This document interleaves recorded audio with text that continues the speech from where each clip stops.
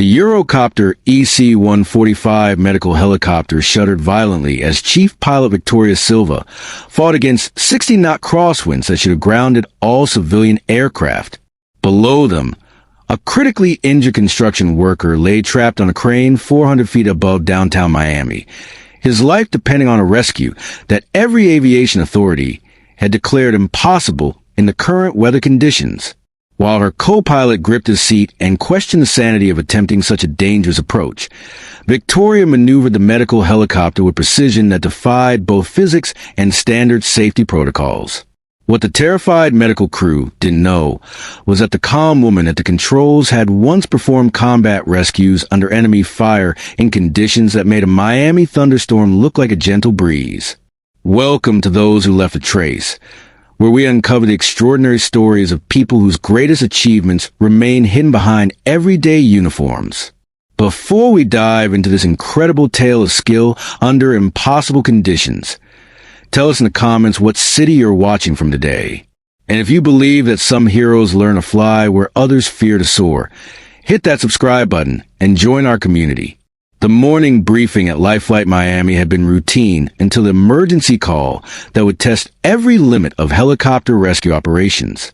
Chief Pilot Victoria Silva sat in the operations center reviewing weather reports that showed deteriorating conditions across South Florida, with wind gusts exceeding safe operational parameters for most civilian helicopter missions.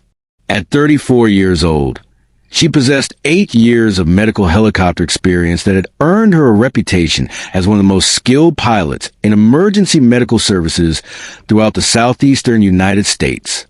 "Looks like we're going to have a challenging day," observed Captain Marcus Chun, her regular co-pilot and former Army aviator who had transitioned to civilian emergency medical services after completing his military obligation. Weather Service is predicting sustained winds at 45 knots with gusts to 70. Most civilian operations are grounding aircraft until conditions improve.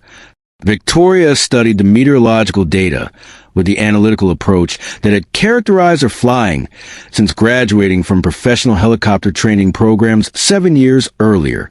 Her assessment of weather patterns, risk factors, and operational limitations reflected experience that her colleagues attributed to exceptional training and natural aptitude for rotorcraft operations. "We'll monitor conditions and make go/no-go decisions on a case-by-case basis," she replied with a calm professionalism that had marked her civilian aviation career. "Emergency medical calls take priority, but we won't compromise safety for mission completion." The statement reflected standard emergency medical services protocol, though something in Victoria's tone suggested experience with operations where mission completion had required accepting risks that civilian aviation normally avoided. "Victoria," called Flight Nurse Sarah Martinez from the medical equipment bay, "have you seen the forecast for this afternoon? Wind speeds that could ground commercial aviation are expected to continue through evening hours." "I've reviewed the weather data," Victoria replied while conducting her pre-flight inspection of the EC-145's flight systems.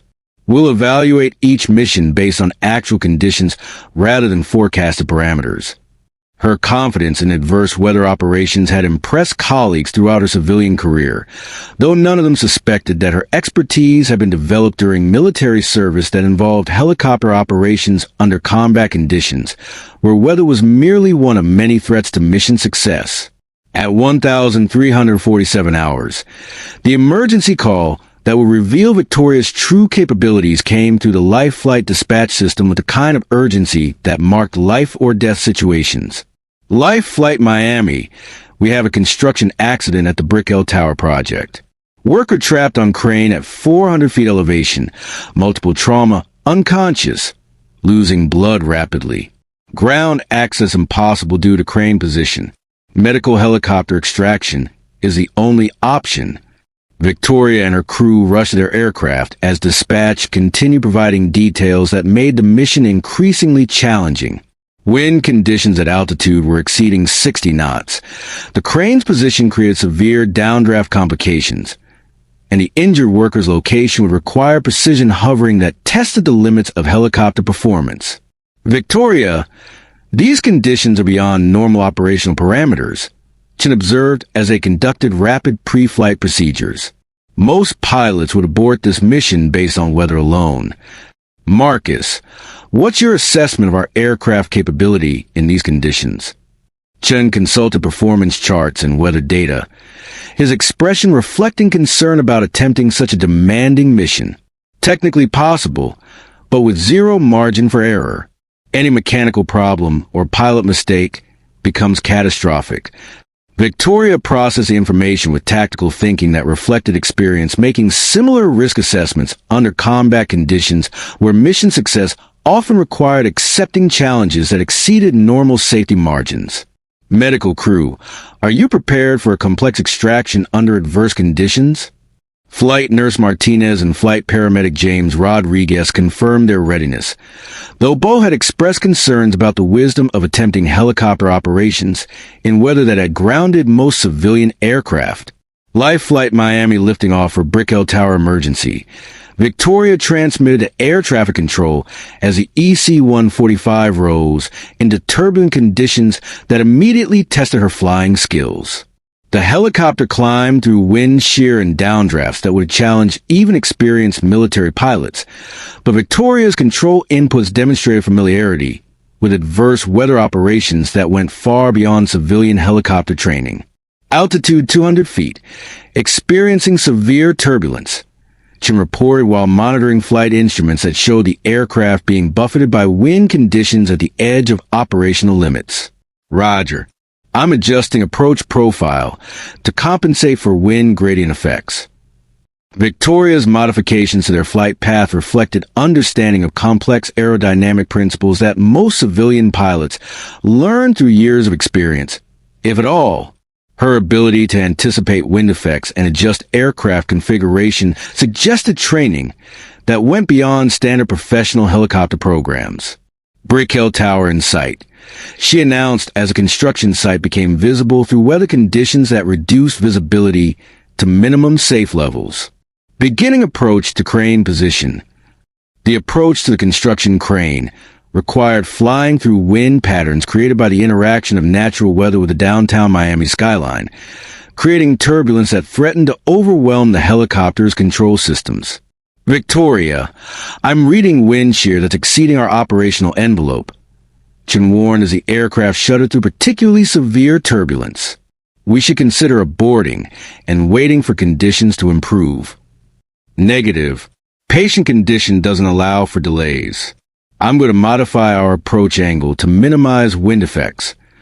Victoria's decision to continue the mission reflected confidence in her abilities that Chen recognized as characteristic of pilots with extensive experience in challenging conditions. However, her technique for managing the approach suggested familiarity with precision helicopter operations that exceeded typical civilian training. Approaching crane position 100 feet and closing, she reported while maneuvering the EC-145 through wind conditions that required constant control inputs to maintain position. Medical crew, prepare for extraction under difficult conditions. The precision required to position a helicopter for medical extraction from a construction crane in 60-knot winds demanded flying skills that few civilian pilots possessed. Victoria's control of the aircraft demonstrated training and experience that gradually revealed capabilities beyond normal emergency medical helicopter operations. Holding position 50 feet from crane, she announced, her voice remaining calm despite the physical demands of maintaining precise hover in severe turbulence. Medical crew cleared for patient extraction. Flight Nurse Martinez and Paramedic Rodriguez watched in amazement as Victoria held the helicopter in perfect position despite wind conditions that should have made precise hovering impossible. Her control inputs were constant but smooth, demonstrating the kind of advanced flight technique that marked truly exceptional pilots. How is she doing this? Rodriguez asked Martinez while they prepared extraction equipment. I've never seen civilian helicopter flying like this in these conditions. I don't know, but she's making it look routine, Martinez replied, though her expression suggested growing curiosity about Victoria's background and training. The medical extraction proceeded successfully despite conditions that would have challenged military rescue helicopters. with Victoria maintaining position, while her crew secured the critically injured worker and prepared him for transport to trauma center treatment. Patient secured, ready for immediate transport to Jackson Memorial, Martinez reported as they completed the extraction with precision that exceeded anything she had experienced during her emergency medical services career. Roger. Departing crane position for direct flight to trauma center, Victoria replied while transitioning from precision hover to forward flight through continued severe weather. The flight to Jackson Memorial Hospital required navigating through thunderstorm conditions that had prompted air traffic control to restrict most helicopter operations, but Victoria's route planning and weather management demonstrated capabilities that impressed even her experienced co-pilot. Victoria, your flying today has been exceptional, Chen observed during the flight to the hospital. I've flown with some of the best military and civilian pilots, but what I'm observing exceeds anything I've seen in emergency medical services. Thank you, Marcus. Just applying available training to accomplish the mission safely. The modest deflection was characteristic of Victoria's response to professional recognition, though Chen had begun to suspect that her available training included experience that went beyond civilian helicopter programs. Patient delivered to Jackson Memorial Trauma Team, Victoria reported after completing the emergency transport. Vital signs stable throughout flight. Successful mission completion. As they returned to base, word of the successful rescue under impossible weather conditions began spreading through the emergency medical services community. The combination of adverse conditions and mission complexity had created a case study in exceptional helicopter flying that will be discussed among pilots for years. LifeFlight, Miami returned to base. Victoria transmitted to dispatch. Aircraft status normal. Crew ready for additional missions. However, their return to base was interrupted by an unexpected radio call that would change everything about Victoria's carefully maintained civilian identity. LifeFlight Miami. This is Army Aviation Unit Black Hawk 67. Request permission to approach your aircraft for pilot-to-pilot discussion. Chen looked at Victoria with confusion about why a military helicopter would want to communicate with their civilian medical aircraft. Victoria, do you know why Army Aviation would want to talk to us? Victoria's expression shifted subtly as she recognized the implications of military interest in their mission. Unknown, Marcus. Let's see what they want. Black Hawk 67, LifeFlight Miami. You're cleared to approach for discussion. The AH-60 Black Hawk appeared through the weather conditions with the kind of precision flying that marked elite military aviation units. As the military helicopter maneuvered alongside their civilian aircraft, Victoria could see two pilots studying her flying technique with obvious professional interest. LifeFlight pilot, Black Hawk 67. We observed your extraction mission at the construction site. Request permission to discuss your flying technique after you land.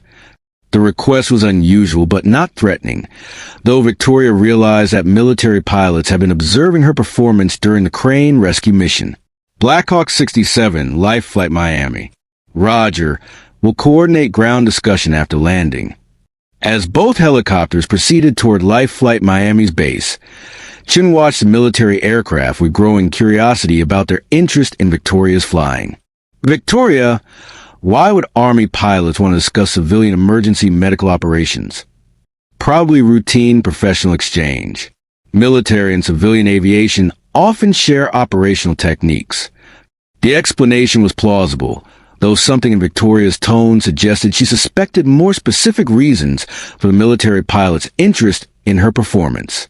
Both helicopters landed at the LifeFlight base, where Victoria and Chun were approached by the Black Hawk crew. Chief Warrant Officer 4 Michael Razor Thompson and Chief Warrant Officer 3 Lisa Viper Rodriguez, both wearing the flight suits and insignia that marked experienced Army aviators. LifeFlight pilot, I'm CW4 Thompson, 160th Special Operations Aviation Regiment. We monitored your extraction mission today and observed flying technique that exceeded civilian emergency medical standards. Victoria felt her carefully maintained civilian identity beginning to crack as she found herself face-to-face with pilots from the Army's most elite helicopter unit, whose recognition suggested they had identified capabilities that revealed her military background. Chief Thompson, thank you for the professional recognition. We train extensively for challenging conditions. Ma'am, with respect, what we observed wasn't civilian training. That was military precision flying under combat-level conditions. Where did you learn to fly like that? The direct question hung in the air as Chun and the assembled LifeFlight crew waited for an answer that would either explain or deepen the mystery of Victoria's exceptional capabilities. Chief Thompson, I have civilian helicopter training from recognized programs. Today, we applied that training to accomplish a medical mission. Thompson exchanged glances with Rodriguez, both pilots recognizing evasive responses that suggested classified background information. Ma'am, I'm going to ask a more specific question. Have you ever flown military helicopters? Victoria realized that her flying techniques during the crane rescue had been too distinctive to explain through civilian training alone. The precision and confidence required for such operations reflected experience that could only be acquired through military aviation programs. Chief Thompson, I have previous military experience that included helicopter operations. What aircraft type and unit assignment? Chin stared at his pilot with dawning realization that the woman he had flown with for 2 years possessed military background that she had never mentioned during their professional relationship. AH-60 Blackhawk and AH-64 Apache helicopters with various units during active duty service. The revelation sent shock waves through the assembled aviation personnel who understood the significance of experience in the Army's most advanced helicopter platforms. Apache helicopters? Rodriguez asked with obvious amazement. Ma'am, Apache pilots undergo the most demanding helicopter training in military aviation. How many flight hours do you have in attack helicopters? Victoria looked around the group of civilian and military pilots who were waiting for information that would provide context for the extraordinary flying they had witnessed. 1,247 hours in AH-64 Apache helicopters across 3 combat deployments to Iraq and Afghanistan. The numbers fell between them like physical objects, their implications reshaping everything the assembled pilots thought they knew about civilian emergency medical helicopter operations. Combat deployments, Thompson repeated slowly. Ma'am, are you saying you flew attack helicopters in combat zones? Chief Thompson, that's correct. I served as an Apache pilot with the 1st Cavalry Division during Operation Iraqi Freedom and Operation Enduring Freedom. Chin looked at Victoria with the expression of someone whose fundamental assumptions had just been challenged by incontrovertible evidence. Victoria, you flew Apache attack helicopters in Iraq and Afghanistan? Marcus, that's correct. I transitioned to civilian aviation after completing my military obligation. Rodriguez stepped forward with a formal bearing that marked significant military business. Ma'am, what was your call sign during military service? The question carried implications that went beyond simple curiosity about military background, suggesting recognition of specific achievements or reputation within the military aviation community. Chief Rodriguez, my call sign was Phoenix. Both military pilots stared at Victoria with expressions that shifted from professional interest to something approaching awe. Phoenix, Thompson said quietly.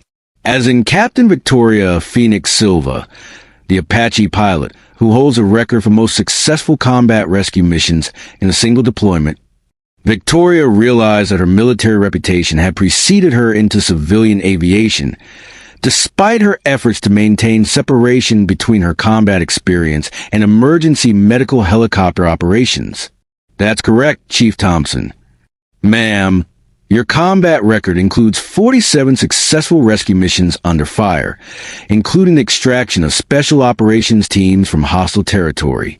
Your techniques for precision flying under combat conditions are still taught at Army aviation schools.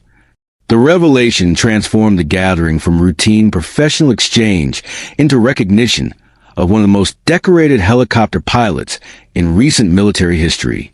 Chief Thompson, I prefer to focus on current emergency medical operations rather than past military achievements.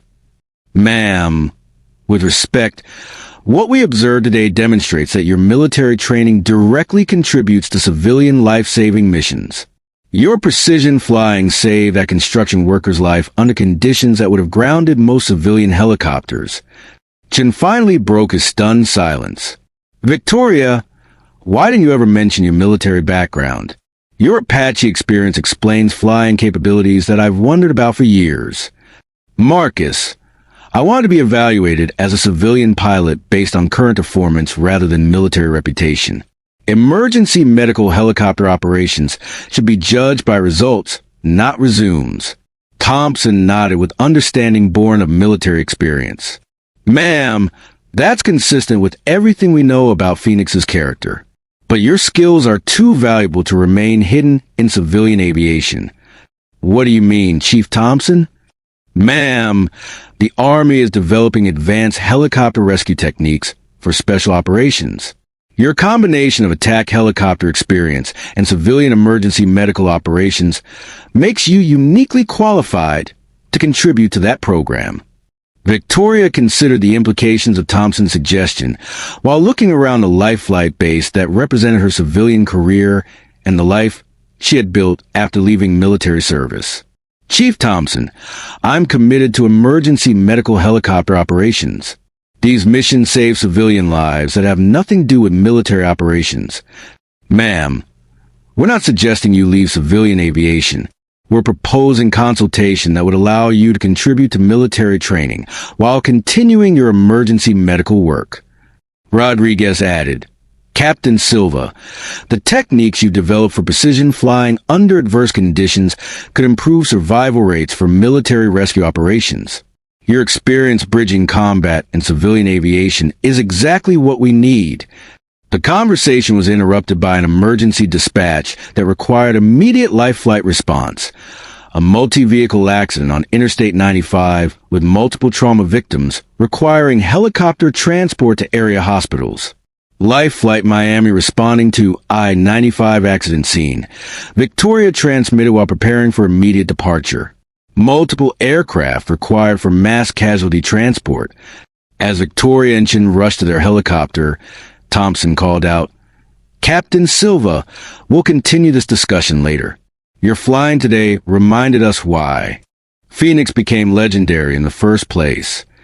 The emergency response to the interstate accident required Victoria to demonstrate the same precision flying that had marked the crane rescue, but now her civilian colleagues understood that her capabilities reflected training and experience that went far beyond normal emergency medical helicopter programs. Victoria, Chen said during their flight to the accident scene, knowing your military background explains everything about your flying that seemed extraordinary. Your precision, your confidence in adverse conditions, your ability to make impossible missions look routine. Marcus, the training and experience helped, but emergency medical helicopter operations require their own specialized skills. Combat flying and civilian rescue missions share some principles, but each has unique demands. But what you accomplished today, both the crane rescue and the way you're handling these mass casualty flights, demonstrates capabilities that come from the highest levels of military aviation training. As Victoria coordinated multiple helicopter missions to transport accident victims to appropriate trauma centers, word of her military background began spreading through the South Florida emergency medical services community. Her story became an example of the capabilities that military veterans brought to civilian emergency services. 3 days later, Victoria received a phone call that would formalize a connection between her military experience and civilian emergency medical career. Captain Silva, this is General Patricia Morrison, Commander Army Aviation. I've been following reports of your emergency helicopter operations and your discussion with our 160th SOAR personnel. Yes, General. How can I help you? Captain, the Army is developing integrated training programs that combine military and civilian emergency helicopter techniques. Your unique experience makes you an ideal candidate to lead that development. Victoria considered the offer while watching LifeFlight helicopters preparing for daily emergency medical missions that save civilian lives throughout South Florida. General, I appreciate the opportunity, but I'm committed to emergency medical helicopter operations. However, I would be interested in consultation that supports both military training and civilian emergency services. That's exactly what we had in mind, Captain. Your experience demonstrates that military and civilian aviation can learn from each other in ways that improve capabilities for both communities. 6 months later, Victoria had established a training program that taught military precision flying techniques to civilian emergency medical helicopter pilots, while helping military aviators understand the specialized requirements of civilian rescue operations. Her experience during the crane rescue had demonstrated the value of combining military and civilian aviation expertise. Captain Silva, said Chief Thompson during one of her training sessions at Fort Rucker, the cross-training program you've developed has already improved both military rescue operations and civilian emergency medical services. This integration of combat and civilian techniques is revolutionary. Chief Thompson, precision flying is precision flying, whether you're rescuing soldiers under fire or construction workers in bad weather. When we combine the best techniques from both communities, everyone benefits. As Victoria continued her work with LifeFlight Miami while contributing to military aviation training, she carried with her the knowledge that her combat experience had value beyond personal achievement. Her actions during the crane rescue had created opportunities to improve helicopter operations for both military personnel and civilian emergency services. The successful rescue at the Brickell Tower construction site became a case study in exceptional helicopter flying under adverse conditions, with Victoria's role highlighting the capabilities that military veterans brought to civilian emergency services.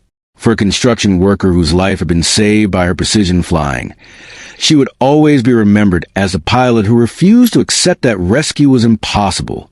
And for Captain Victoria Phoenix Silva, the revelation of her military background marked not the end of her civilian aviation career, but the beginning of a new phase where her complete experience could be used to benefit others who shared the challenges of flying helicopters under the most demanding conditions, whether in combat zones or civilian emergencies. The storm that day had tested every limit of helicopter performance, but it also revealed that some pilots possessed capabilities that transcended the boundaries between military and civilian aviation, creating opportunities for innovation that improved life-saving operations in both communities.